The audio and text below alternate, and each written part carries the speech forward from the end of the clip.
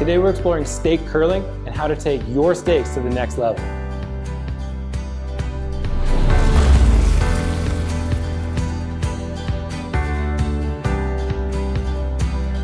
Welcome to Canadian Beef TV. I'm Chef Cam Papel, hosting today with Chef Matthew Perret in the Canadian Beef Center of Excellence. We're here to answer your top questions and deliver an even better Canadian beef experience.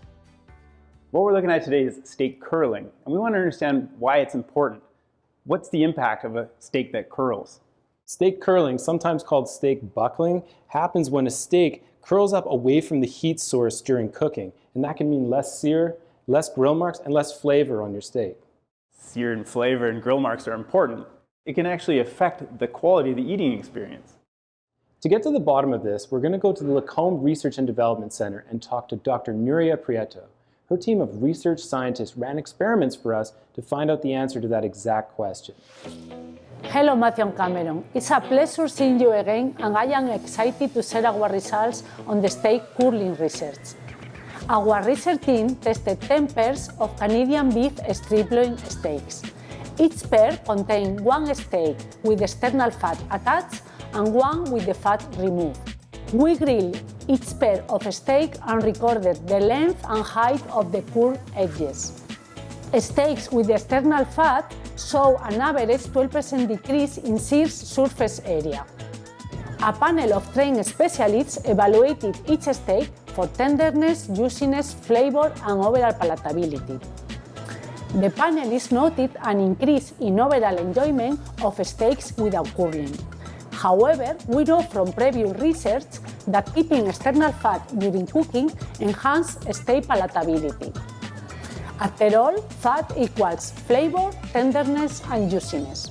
Our results indicate that the way to achieve the best steak experience is to minimize curling while keeping external fat. Matthew and I were talking. Do you think if we cut notches along the length of the fat instead of removing it completely, would that have the same result? I think that is a great idea. Why don't you guys give it a try, and maybe consumers can try it at home as well. So the name of the game is we need to mitigate steak curling, but we also want to keep some of that fat on the steak. Fat is essential as far as I'm concerned. It's got to be there. That's where your flavor and your juiciness is coming from. Okay, well let's try one where we leave the fat intact. Let's do one where we cut notches in the fat, and then let's take the fat clean off the third one. Excellent. Let's give it a try. So for the steak that we're cutting notches into, what are you thinking in terms of the intervals or the distance between those little notches we're making? I'm going to go about 1 inch intervals here along the outside of the fat, the exterior fat, in hopes that that's going to achieve the desired effect that we're after and prevent the steak from curling up. And are you cutting it right down to the red meat there? Cutting it down just to that connective tissue there, not into the meat. Looks like we're all set. Well, first we got to season our steaks, and then we got to take them to the grill.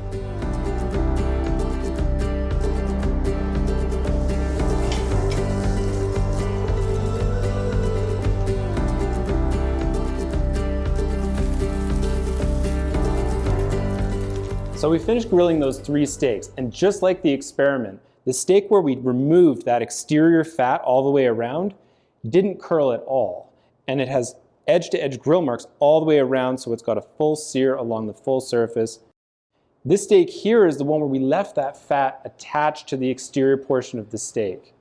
And if you notice right at the front here especially, we see that we're missing grill marks. It means we're missing sear, we're missing caramelization and flavor. We get that all along the front and even into the corner here when that steak curls up away from the grill. And now take a look at this steak here, where we've notched the fat. We have beautiful contact, excellent grill marks right across, beautifully even, deep brown. This steak looks totally delicious, and we had awesome contact through the whole cooking process. That seems like we've accomplished both our objectives. Is we've mitigated the steak curling from happening, and we get to keep all that exterior fat on, which is that flavor, that juiciness and tenderness, and that would absolutely be what we recommend people do at home for the best steak experience. What extra tip can we offer people at home who encounter this problem? Well, in the professional kitchen, there is a steak weight or a plate that you can put on steaks, and that will help make more contact with the grill. but that does sacrifice a little bit some of those juices by putting that extra weight on your steak. So I guess I'd recommend, ask your butcher. Can your butcher actually just cut those notches in there for you? Then you take home steaks that are ready to put on the grill. We've had a ton of fun here today. I want to say thank you for joining us, and also check out the Canadian Beef Information Gateway for more tips and tricks. And be sure to follow along in the next episode of Canadian Beef TV.